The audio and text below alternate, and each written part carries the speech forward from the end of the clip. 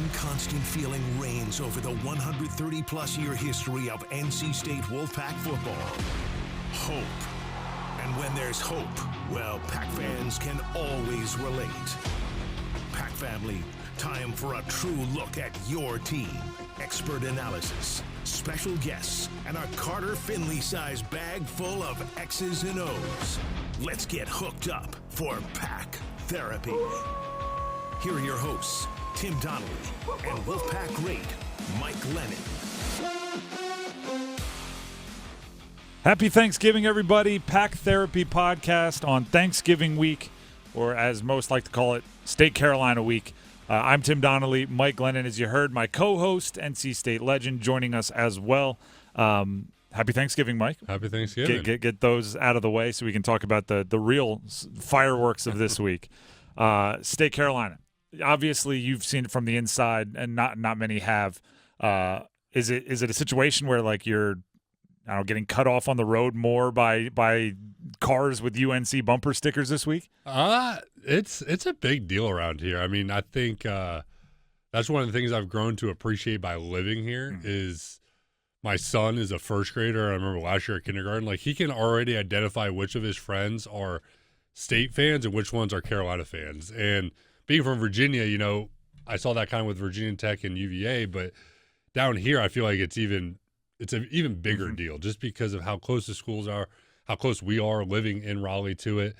And, man, this one is set up pretty – I mean, if you would have said a couple weeks ago that both teams are 8-3 heading into this game, I don't know if I would have believed you. So this is setting up to be another marquee State Carolina game. And just to let you know, if he's identified the North Carolina fans have definitely identified the one that's Mike Glennon's son. So you might maybe not yet, but a couple scraps on the schoolyard might be might be coming through. But it's actually it's you bring up the 8-3, and a lot of people have focused on that over the last 2 years. UNC over the last 2 years is 17-8. NC State is 16-8. So it's very much you took very different paths to get to the same place because, I mean, one quarterback has started all the games for North Carolina. NC State has started 5, and they've done the shuffle back and forth a few times. Is it almost more impressive that State is where they are with everything they've had to deal with when North Carolina's had, a lowly top 3 NFL draft pick as their quarterback for the entire run? Yeah, I mean, it's really impressive what State has done, but I almost think this is kind of the sad part of the state of both NC State football and Carolina is I think for the past 2 decades, NC State's almost always had an NFL quarterback and really nothing to show for it. 2 potential Hall of Famers, and then myself, Jacoby Brissett, Ryan Finley, definitely. I mean, the list goes on. Carolina has now had they had Mitch Trubisky, they had Sam Howell, they have probably the number 2 pick of the draft, and they got nothing to show for it. So I think it's like misery loves company, and I think both of us are kind of scratching our heads like, how do we not have any championships with all these good quarterbacks we've had? But yeah, NC State doing it with 5 quarterbacks, Carolina doing it with a generational type player in Drake Maye. I just can't wait for this game on Friday because of comments Drake made last year about how easy it is to get into NC State and all that.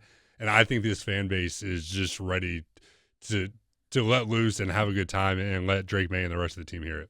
Can you get almost too caught up in that? Because, yes, the Drake Maye comments are something that everybody's kind of pointing to. But also, NC State plants the flag in Kenan Stadium last year. I don't know if you saw, Kamen Rucker said, and I have paraphrased written down here, planting the flag in their stadium was like taking a load in the middle of the living room. I like it. I don't think you should curtail it. Drake Maye apologized, and I remember going like, no, you said it, you meant it. Don't apologize for it. Just be ready for the comeback or the retribution you have to pay. Does that almost take away from your focus on the game? I think that's what rivalries are all about. And when you're this close, I think it's great too. I don't think he should have apologized. Yeah. It's just good fun. And nobody believed the apology. It's not like this is the first time NC State fans have heard that comment about, NC State being the backup school and all that. So there's just good fun in it. And just like it's, NC State planting the flag last year, that's just part of rivalries. And I think that's what's great to it is they remember what happened last year when NC State went into Kenan Stadium and won.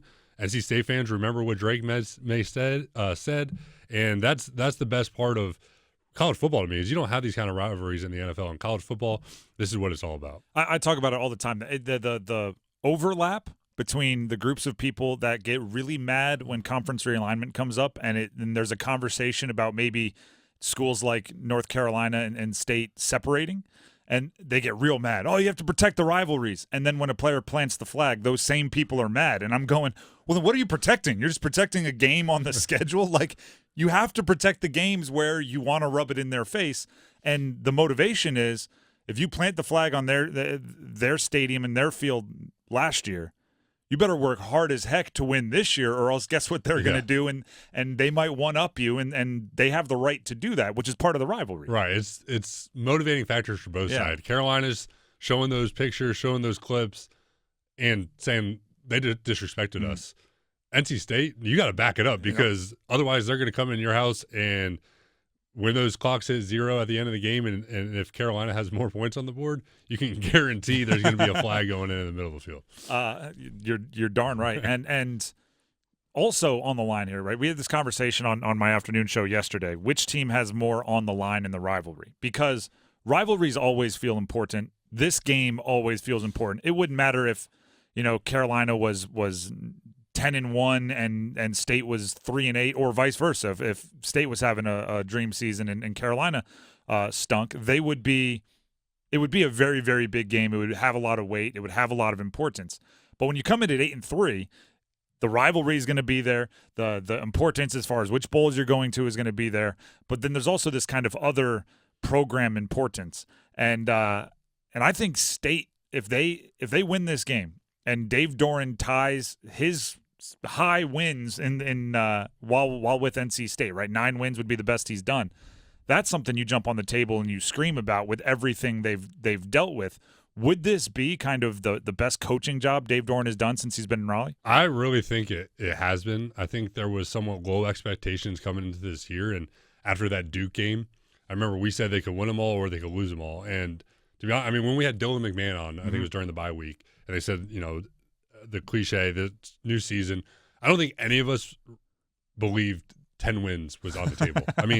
This has been an unbelievable job by Dave, and how really the Duke game was the turning point, that bye week where they kind of regrouped, they reinvented the offense, which I thought would be hard to be do. It's honestly turned into kind of a gimmicky gadget offense, but to his credit, they found a way to make it work, and I don't think this is the most talented team he's ever had. Now, obviously, Peyton Wilson, some of those guys on defense are spectacular, but across the board, I think there was more talent last year than this year and in other years. So I think if they are able to get to 10 wins, statistically and just the and 10 would obviously be including the bowl, but that would be the most games he's won ever, at NC State. Yeah. Ever, right. Which is an accomplishment. Huge accomplishment. Which you brought up, right? Like, he's had NFL quarterbacks. To do it this year with the quarterback shuffle going on would be almost a magic trick. It would be. And with everything we've talked about all year, the running backs, the receivers, offensive line has kind of came on lately. But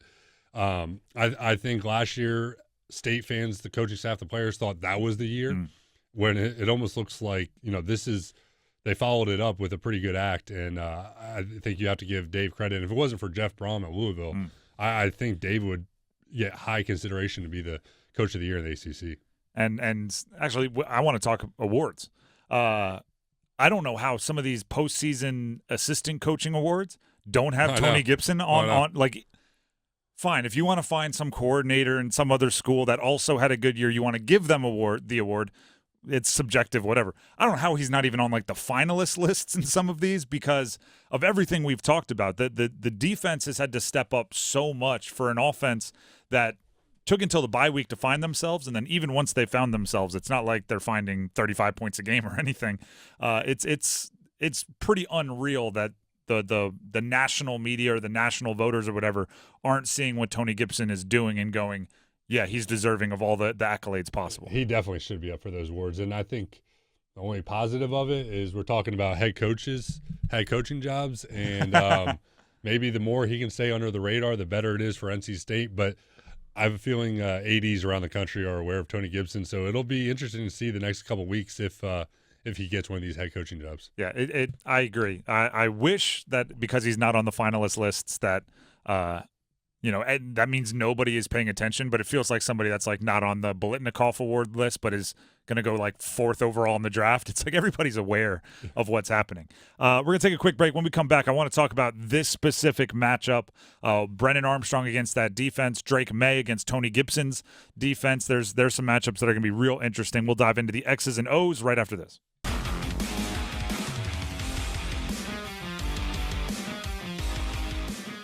Back on Pack Therapy here. By the way, beginning of the show, I wished everyone a happy Thanksgiving. I echo that now, but I also forgot to let you know to pass this around. You're going to be with family. You're going to be with friends over the holiday weekend. If you have a State fan in your life, make sure they know all about Pack Therapy. It's available everywhere podcasts are listened to. You can also check it out on our YouTube page, 99.9 The Fan, along with all of our other content from 99.9 The Fan. Now, with Mike here, I always like to quarterback nerd out a little bit. Brennan Armstrong is one of the feel-good stories of the generation, right? I feel like we're going into holiday movie season, right? The feel-good movie of the season. I feel like he's the feel-good story of the football season. The rise from the ashes and all these sorts of things. When he took back over for MJ Morris, when MJ Morris made his decision to redshirt, and we saw it on really social media. Everybody start to rally around Brennan, grown bleep man, grown ass man, according to his teammates, the way he handled things. It was a situation where both of us on this podcast said, I hope he plays well at least until he gets to Carter-Finley Stadium. There were 2 games on the road, and it was I hope he can play well in those 2 games, because if he does, he's going to get a nice warm welcome from the Carter-Finley, the Wolfpack Nation, and he's held up his end of the bargain there. He played really well last week. He played really well. I think that's the best I've seen Brennan play since the infamous 21 season. Yeah. I mean, that was this might be a stretch, and I'm a little bored because this was so long ago, but it is reminiscent of like Tim Tebow. I mean, the big lefty, he's doing more with his legs, with his physicality than he is with his arm, but he's making plays with his arm. Like I mentioned, it is kind of this gadgety offense now with how they're designing plays. I mean, some of the formations they're coming up with, the run game design, it's almost like a mix of gadgets and like a shotgun version of like the wing T triple option. I mean, you have to give Coach and I credit and his coaching staff, but I'm super happy for Brennan. I think it is a true feel-good story. He went from probably being someone State fans forget pretty quick to, like you said, he's a fan favorite, and I think it's really just a life lesson on how you handle tough circumstances, and he handled it like a pro, and now he's getting rewarded for it. The tough part about an offense like you just described, and I agree with everything you're saying. There's elements of the wing T. There's elements of like whatever Taysom Hill does with the Saints, which is who he's compared to a bunch. There's elements of those Tebow offenses.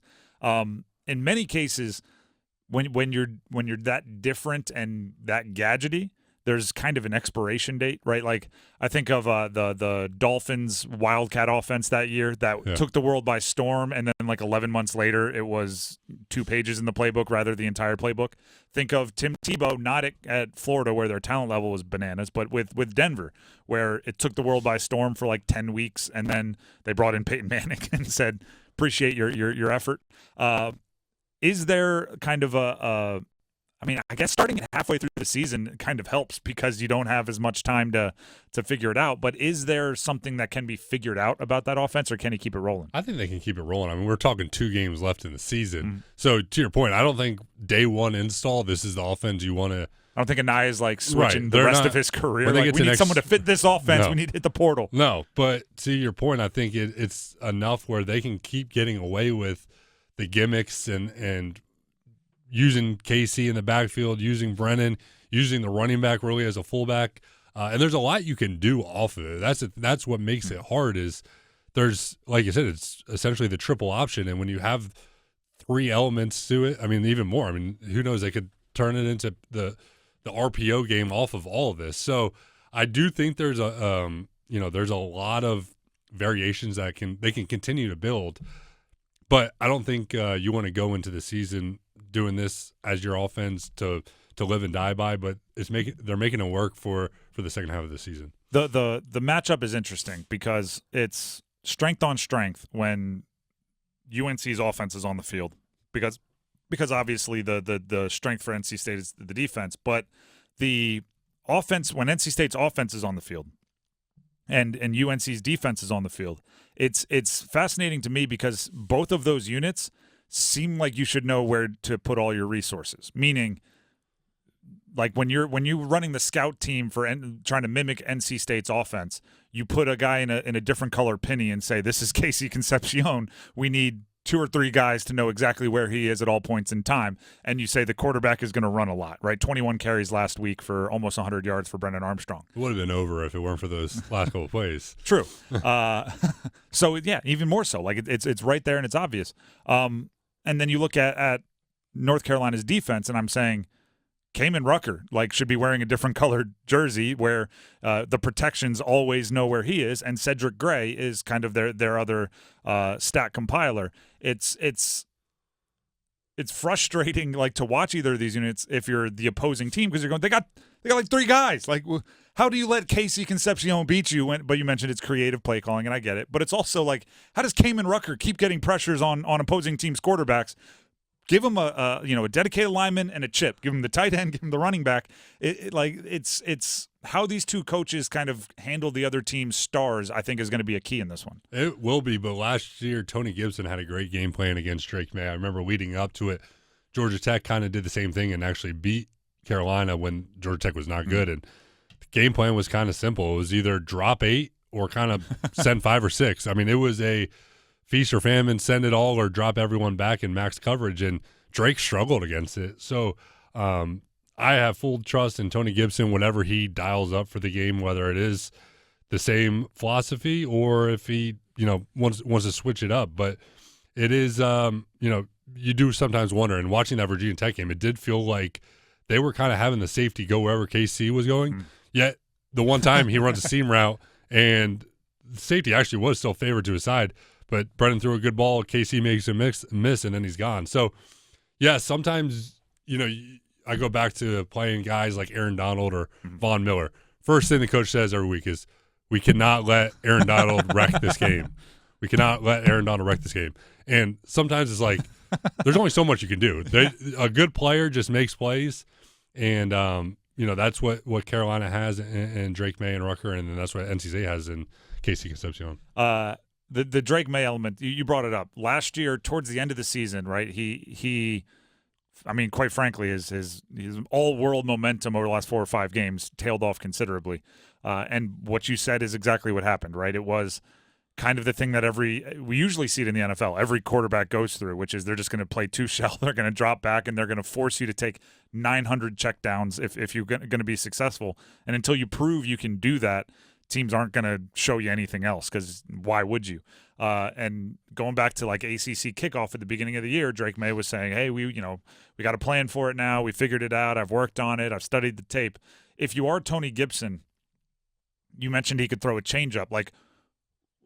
How tempting is it to just say it worked so well last year? Why am I going to throw a changeup at you, even if Drake Maye may have shown that he's better? Yeah, it's those are kind of the tough decisions coaches have to make in the chess match because, if we're talking about it, you for sure they're talking about it over in Chapel Hill of this is what they did to us last year. How are we going to beat it?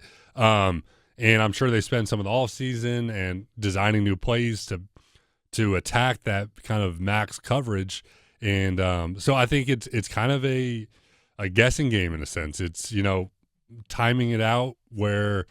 If we had to guess, he's gonna send 8. Right, he's gonna send it. He's gonna send the house. If you get him off schedule and you knock him back, then you can play that max coverage because you're forced to take the check down. And for Drake Maye, it's a game of patience and letting the big play come to you and keep taking the check down if they're going to give it to you. Now that's very hard on a quarterback and playing that way of boring football.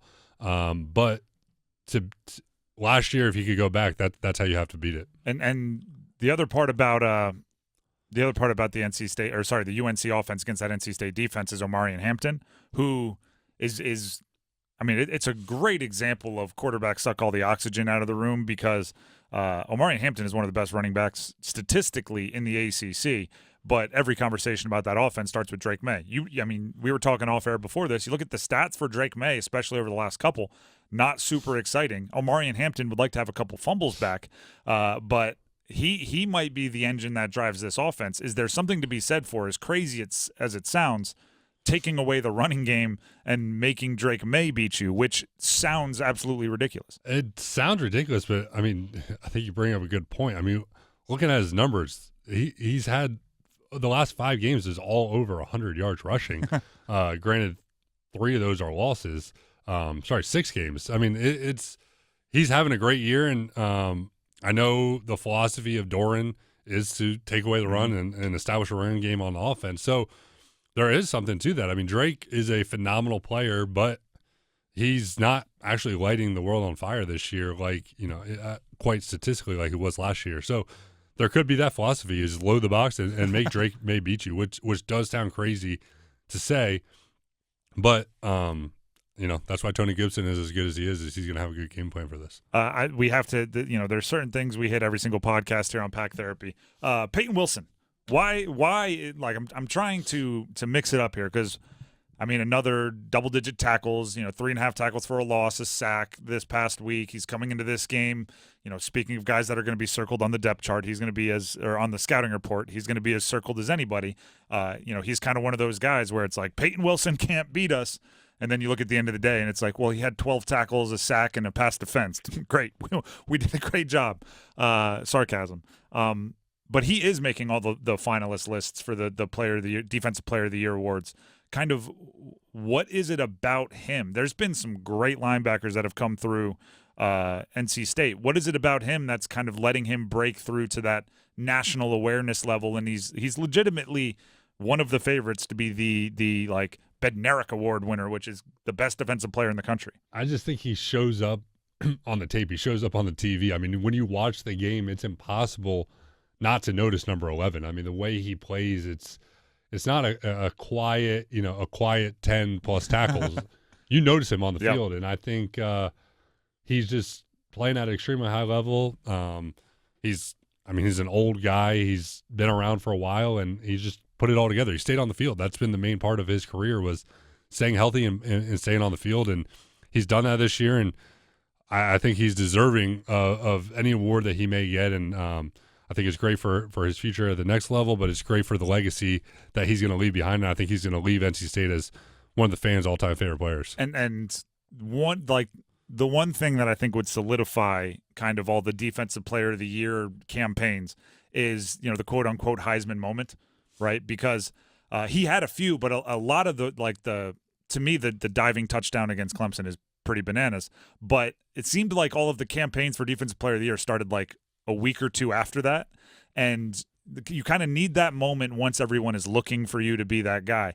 What better opportunity than against North Carolina in a game that can, a ton of eyeballs will be watching, not just in the Triangle but nationally. Yeah, that's the great part of having Drake Maye on the other side. Is Drake Maye is a national household name at this point, and people that are NFL fans or college fans want to tune in to watch him, and for Payton to go against a player like that and potentially have, whether it's a sack fumble, pick six, whatever it is, you're right. I think there's going to be more eyeballs on this game than really probably any other game up to this point. Last question for you, and for those of you that are superstitious out there, just know I'm knocking on wood and I'm throwing salt over the shoulder, whatever I have to do to make this an okay question. If NC State pulls off the upset, they're 3-point dogs at home, which is always, underdogs at home, always a little bit insulting.